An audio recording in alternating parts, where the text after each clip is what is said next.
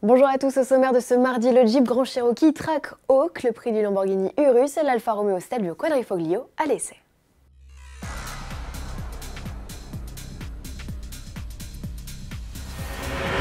C'est officiel, le Grand Cherokee Trackhawk ne sera pas réservé qu'au marché américain. Le SUV le plus puissant de la planète avec ses 717 chevaux est bel et bien annoncé en France. Selon nos informations, le mastodonte équipé du V8 Cylinder de L4 rejoindra les concessions à l'été 2018.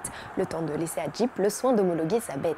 Grand frère du Grand Cherokee SRT8, déjà fort de 468 chevaux, le Trackhawk repousse un peu plus loin les limites avec un 0 à 100 exécuté en 3 secondes 7 et une vitesse maxi de 290 km/h.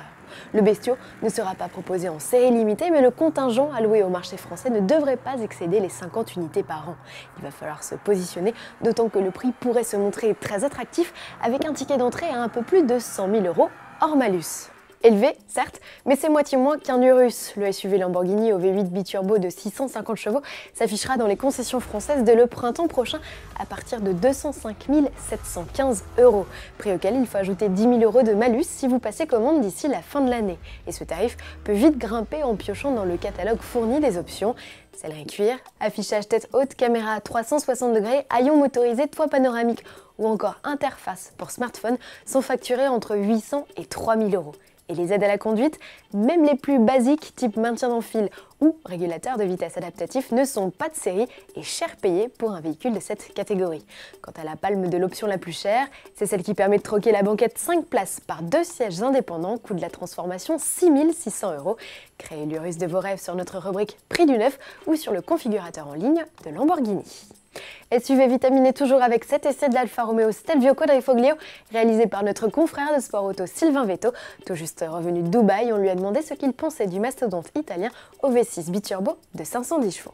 C'est une super surprise, vraiment c'est une super surprise. Pourtant je suis pas SUV, enfin on n'est pas SUV à Sport Auto, mais là c'est une bonne surprise parce que d'un point de vue dynamique, c'est l'un des SUV, si ce n'est le SUV le plus agile du marché.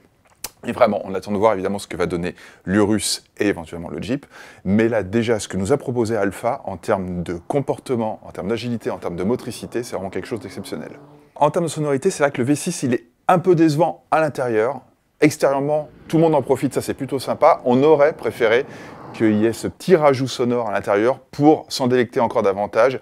Mais comme ça s'accompagne d'accélération vraiment brutale, pas de souci. C'est vrai que le Stelvio, il est accouplé à une boîte automatique et c'est vrai que ça part pas très vite. On est habitué avec les boîtes robotisées qui ont tendance à envoyer tout de suite. Là, c'est vrai que ça lisse un petit peu. Par contre, une fois que le V6 est lancé, on a vraiment à faire plus qu'un SUV, je dirais vraiment des accélérations de GT. Et je répète, c'est quand même un engin qui, avec moi à bord, pèse quasiment 2 tonnes. C'est vraiment ultra impressionnant. L'Alfa Romeo Stelvio Quadrifoglio est proposé à 91 400 € hors malus. Une quinzaine de bons de commande ont d'ores et déjà été signés sur les 30 unités qui seront allouées au marché français dès cette première année de commercialisation. À demain.